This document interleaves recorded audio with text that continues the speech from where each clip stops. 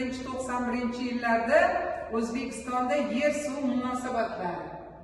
Mavzumizning rejasi, ya'ni avvalambor o'sha ikkinchi jahon urushi yillarida O'zbekistonning qishloq xo'jaligini qayta qurilishi va keyingisi O'zbekistonda paxta yakka hokimligining qaror topishi, uning salbiy oqibatlari, uchinchisi 20-asrning 50, 60, 80-yillarda qishloq xo'jaligining ahvoli, to'rtinchisi irrigatsiya va melioratsiya qurilishi va yangi yerlarning o'zlashtirilishi.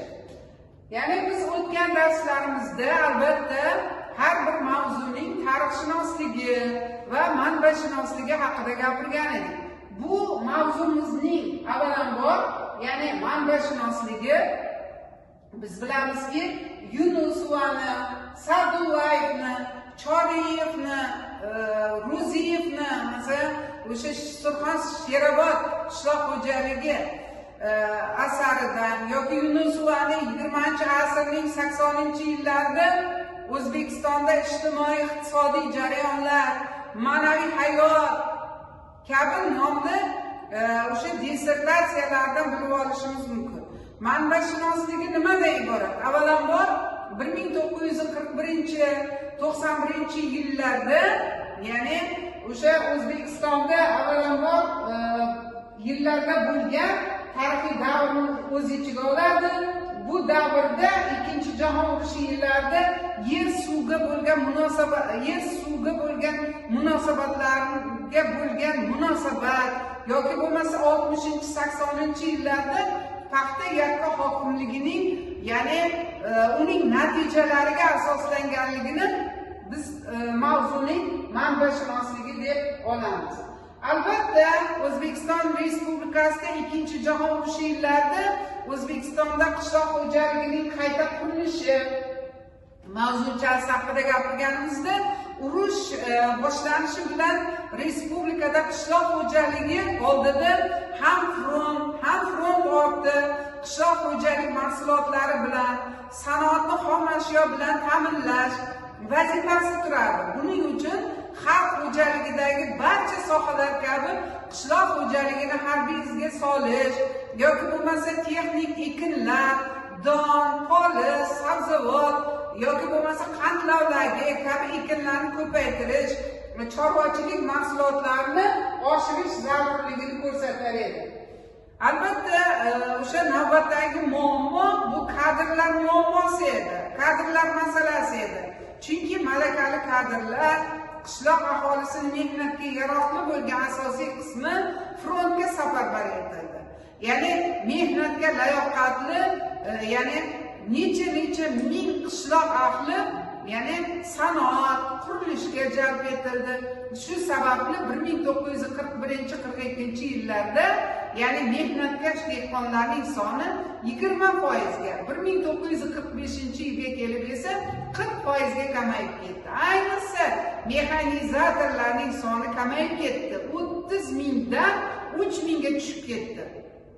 Albatta, urushga ketganlarning o'rnini ayollar, qariyalar, voyaga yetmagan bolalar egallashga majbur bo'ldi. Endi albatta, o'sha don, texnik ekinlarni ko'paytirish, ya'ni harakatlar natijasida 1942-yilning bahorida, ya'ni qo'shimcha 220,5 ming gektar yer o'zlashtirildi.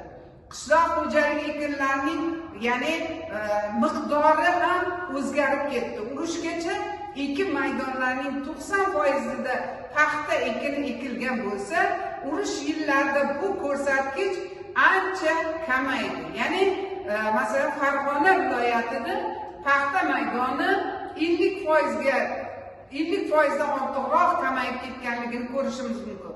Oziq-ovqat mahsulotlarini tayyorlash imkonini oshib ketganligini ko'rishimiz mumkin. Albatta, 20-asrning 60-80-yillarda qishloq xo'jaligining ahvoli qanday bo'lgan? Respublikada dehqonchilik qadimda sun'iy sug'orishga asoslanganligini bilamiz. O'zbek xalqi suvning, ya'ni o'sha nimani, obi ariq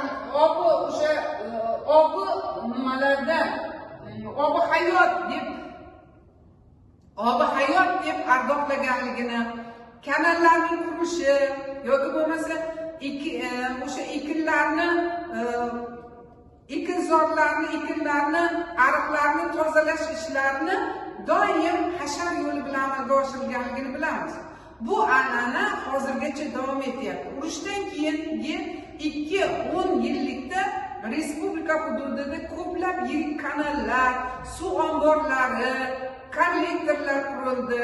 Ya'ni ularning barchasi mehnatkash o'zbek xalqining ya'ni qo'l mehnati bilan bunyod etilganligini bilamiz.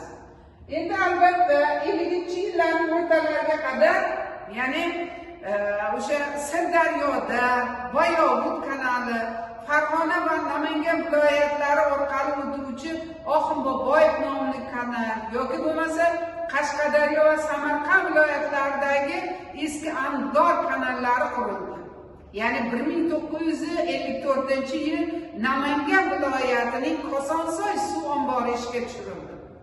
Yoki bo'lmasa o'sha ittifoq hukumatining ko'rsatmasi bilan 1956-yilda paxta ekinini ko'paytirish maqsadida, ya'ni Mirzacho'lda 300 ming gektar unumdor, qo'riq, bo'z yerlarning, ya'ni sug'orishga moslashtirilgan, ya'ni o'zlashtirishga qaror qilindi. Shu munosabat bilan 1961-yilda 127 kvadrat kilometr uzunlikdagi eng yirik janubiy Mirzacho'l kanali qurib bitkazildi.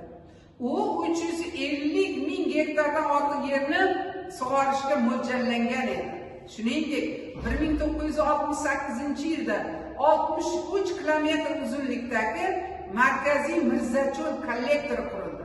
Bu sug'orish inshootlari Mirzacho'lni o'zlashtirishda muhim ahamiyat kasb etdi. Albatta, respublikaning boshqa mintaqalarida ham muhim inshootlar barpo etildi. Jumladan, ya'ni Amudaryoning Buxoro viloyatiga suv yetkazish maqsadida, ya'ni 1965-yil uzunligi 200 kilometr bo'lgan Ammu-Buxoro kanali qurildi. Uning, ya'ni suvning 67 metr balandlikda tortib beruvchi yirik nasos stansiyalari barpo etildi. Kanal ishga tushishi bilan Buxoro viloyatida 90 ming gektar yer, jumladan 26 ming gektar yangi yerlar sug'oriladigan bo'ldi. Bundan tashqari Qizilqum sahrosida maydoni 300 ming gektardan ortiq bo'lgan yaylovlar suv bilan ta'minlash imkoniyatini berdi. Biz bilamizki, O'zbekistonda paxta yakka hokimligining qaror topishi, uning salbiy oqibatlari nimalardan iborat edi? Biz bilamizki, o'zbek xalqi tarixida, ya'ni 2 marta paxta yakka hokimligining jabrini ko'rgan. Birinchisi podsho Rossiyasining mustamlakachiligi davrida, ikkinchisi esa 74 yil hukm surgan sobiq sho'rolar davri hisoblanadi. Albatta, 20-asrning 30-yillarida shakllangan paxta yakka hokimligining, ya'ni monokulturasini urush yillarida ancha o'zgardi. Davr taqozosi bilan paxta dalalari qisqardi. G'alla, sabzavot, poliz ekinlari, qandlovlagi ekinlari kengaydi. Paxta mustaqilligi uchun kurash boshlanishi bilan 1929-yil tugatilgan qandlovlagi ekish yana tiklandi. Ko'p tarmoqli qishloq xo'jaligi shakllana boshladi. Lekin bu jarayon uzoq davom etmadi.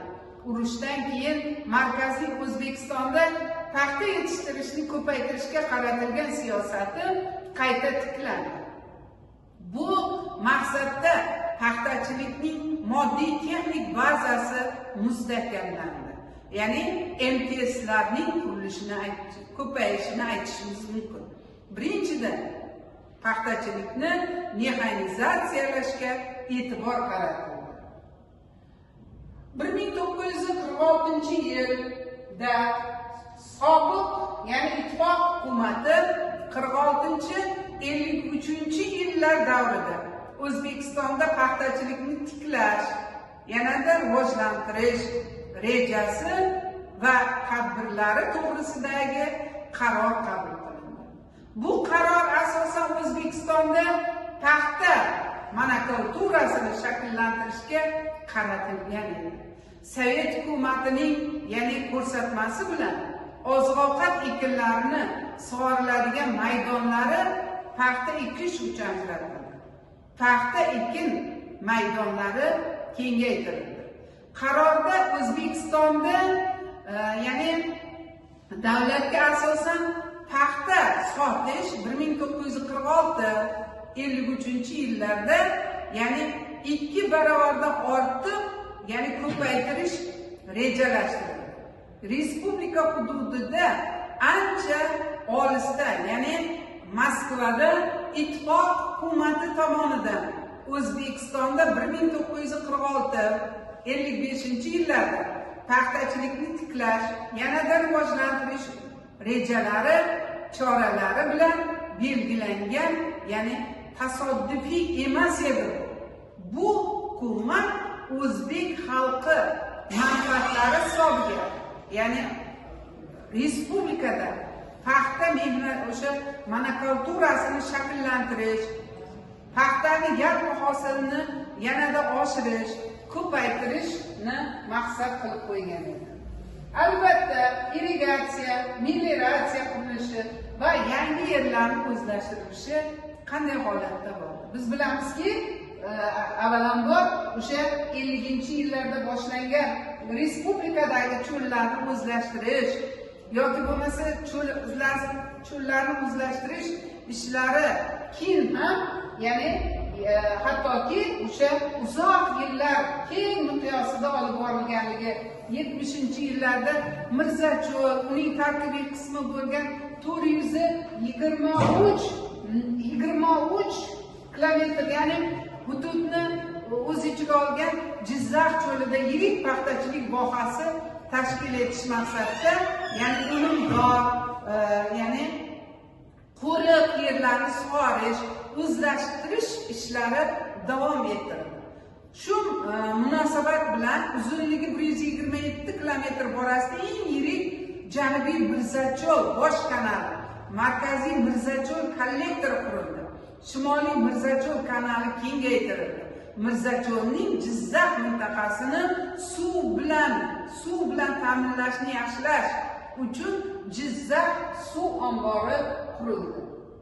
Endi biz bilamiz, Markaziy Farg'onaning qo'ri yerlarni o'zlashtirish maqsadida katta hajmdagi irrigatsiya inshootlarini qurilganligi, 70-yillarda Farg'ona vodiysini suv bilan ta'minlashni yaxshilash, cho'llarni o'zlashtirish uchun Sersuv, Norin daryosidan suv oladigan katta Andijon, katta Namangan kanallari, sig'imi 2 milliard kub metr keladigan eng yirik Andijon suv ombori qurilganligini bilamiz. Janubiy Surxon suv ombori vujudga kelishida 100 kilometrlik Sherobod, o'sha mashhur kanalning ishga tushirilishi yoki Sherobod cho'lida 90 ming gektar yangi yerlarni sug'orish imkonini berdi. 90 kilometrlik qadim Zang kanalini qayta ta'mirlandi. Bundan tashqari suv, o'tkazish imkoniyati kengaytirildi. Sherobod cho'lidagi muhim sug'orish inshootlari hisoblangan 56 kilometrli Amuz-Zang kanali 1973-yilda qurib bitkazildi. O'sha yili Oq Qapchig'ay kanalining qurilishi boshlandi. Bu kanalning ishga tushirilishi tufayli Qiziriq cho'lida 30 ming gektar unumdor yer suv bilan ta'minlash